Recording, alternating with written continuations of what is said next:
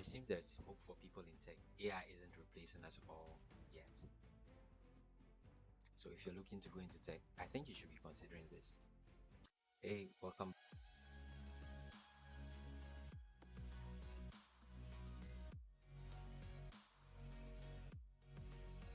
considering this. Hey, welcome back to the channel. This is Tech Traffic Control. If you're new here, um, subscribe for the best content in tech, covering, so many interesting topics. So today we are talking about the Future of Jobs report by the World Economic Forum. This is a 290 pages report. Very, very exhaustive and interesting insight. But we'll cut to the chase, talking about some of the key issues you should be concerned about from this report. All right. So one thing I want us to discuss is the growing and declining jobs.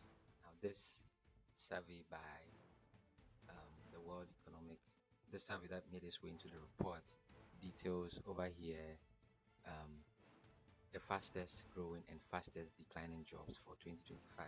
And I think we should start with the fastest declining jobs. And you see here that, right, we have postal service clerks, bank tellers, and related clerks. Many clerks, you will see many clerks over here. And many of these roles or jobs you notice is very repetitive and things that can be easily automated. So clearly you can see a shift towards automation, higher efficiency for uh, manual repetitive tasks that can easily be done with by computers. So now let's look at the other side of this, that's top fastest growing jobs. And interestingly, you have, I mean, 90% of what is listed here is all in tech, aside for say renewable energy engineers, environmental engineers, light truck or delivery drivers, vehicle specialists. Yeah, much of all you see here, they are tech roles. So um, basically, what this shows us is there is a huge um, shift or demand for tech innovation. Very skilled people in these areas, AI, of course, right, which would pave the way for different innovations in financial technology as well. I mean, we wanting to have good AI models would mean that we will need specialists who can work with data, um, designing maybe data pipelines, data warehousing solutions, any way that we can engineer systems to properly aggregate or get data that would be perhaps suitable for training models, things like that. So generally, it's a rather positive look from this report for the tech industry, and I guess we'll only have to see how it plays out from 2025 this year through to 2030. So this section focuses on the core skills in 2025, which details very critical skills that is important among people in the workforce. Now, from the report, they arrive at this chart by synthesizing responses from different um, institutions and companies who they surveyed. So at the top, let's just look at the top five. We have analytical thinking, which you would agree is very important, right?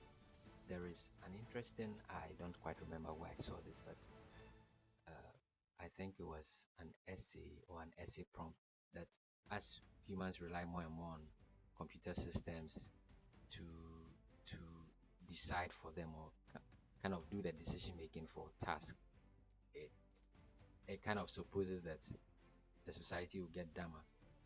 Yeah, but it was something that had to be debated. You present your view on it, but I digress. So the key skill here is with analytical thinking, which is very important. How to really be able to break down a problem, which I believe ties in well with problem solving, because as you can analyze situations properly and come up with very good observations, hypotheses as to what could be the solution, it will be an essential skill to have in the workplace. Resilience and flexibility and agility. Yes, this I definitely agree with this one. Now, as we are going through a very significant shift in the technological landscape and in fact for society at large, it's important that you are able to adapt to these changes, learn what you have to learn as fast as you can. So even learning itself has becomes an essential too. So let's just look at the whole picture in full. You have programming on the list, marketing and media, system thinking, AI and big data, empathy. So at the top, you don't see much of the hard skills, but what is incredibly important is soft skills here. Well, someone might argue that it looks like these are all the skills that predominantly people should have in the workplace. So this is not new information, but perhaps the rankings that these have should give us some clue as to what is really important in the marketplace dynamics. Okay, so there's another interesting part I want to show you. So I'll leave this here for you to see. This is grouping industries where these aforementioned skills are highly needed, and maybe something that would interest us is AI and big data networks and cybersecurity. These are where the opportunities lie. Financial services and capital markets. We have AI and big data demand in these industries that rely a lot on data, gather a lot of data, process a lot of data. So perhaps this can guide you in decision making as to maybe what other industries you could be looking to explore with your skill set. All right, so let's conclude this video with this last section, which talks about the barriers to organizational transformation. Now, if you have time to read through this report, you notice one of the key insights is the skills gap in the labor market.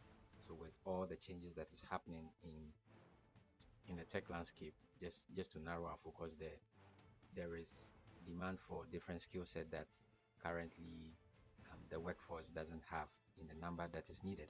So if there's anything you can take at all from this video is that you should be learning, you should be applying yourself to gaining new skills that are in demand as it shows there. And well, if you've been in the industry, you know that it's not just about having the knowledge to, but also building the network that would help you secure the roles that you want. Stick around for the next one. I will see you soon. Peace. Peace. Okay. Peace.